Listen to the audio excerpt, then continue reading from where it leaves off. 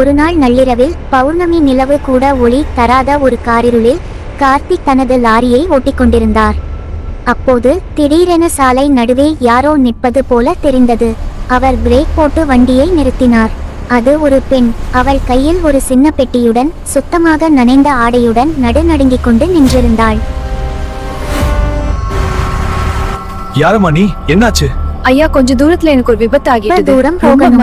இங்கே ஒரு ஆக்சிடென்ட் ஆகிவிட்டது. தயவு செய்து அடுத்த டவுன் வரை லிஃப்ட் கொடுங்களேன்.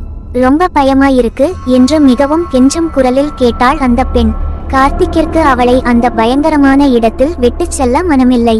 இறக்கப்பட்டு சரிம்மா ஏறிக்கோ என்று கதவை திறந்துவிட்டார். அந்த பெண் ஏறியதும் லாரியின் உள்ளே ஒருவித குளிர்ச்சி பரவியது. கார்த்திக் அதை அலட்சியப்படுத்தினார். அவள் வண்டியில் ஏறி அமைதியாக அமர்ந்திருந்தாள். கண்ணாடி வழியாக அவளை பார்த்த கார்த்திக்கிற்கு லேசாக பயம் தொற்றிக்கொண்டது. ஏனென்றால் அவளுடைய முகம் லேசான வெளிச்சத்தில் கூட வெளிரி போய் இருந்தது. கண்ணாடியை ரியர் வியூ மிரர் உற்று பார்த்தார். அங்கே கார்னர் சீட்டில் ஒரு பயங்கரமான உருவம் சிரித்துக்கொண்டு அமர்ந்திருந்தது. அந்த சிரிப்பில் பற்கள் நீண்டும் கண்கள் இரண்டும் தீ ஜூவாலை போலவும் இருந்தன.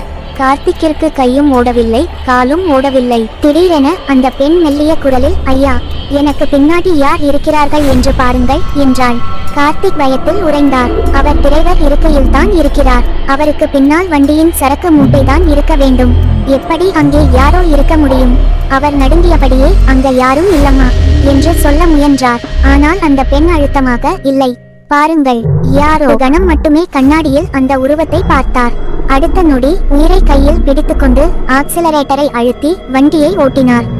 அவர் அந்த பெண்ணை பார்க்கவில்லை. பயத்தில் கத்திக்கொண்டே வண்டியை வேகமாக ஓட்டிக்கொண்டு போய் அடுத்த போலீஸ் ஸ்டேஷனுக்கு முன்பாக வில்லென்று பிரேக் போட்டு நிறுத்தினார். ஓடிச் சென்று போலீசிடம் நடந்ததை சொல்ல அவர்கள் முதலில் நம்பவில்லை.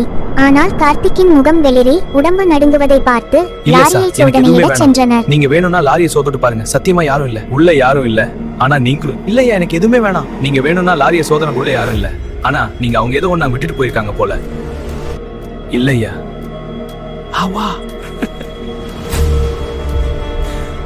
கார்த்திக் அத்துடன் வாகன ஓட்டுநர் தொழிலை விட்டுட்டார்.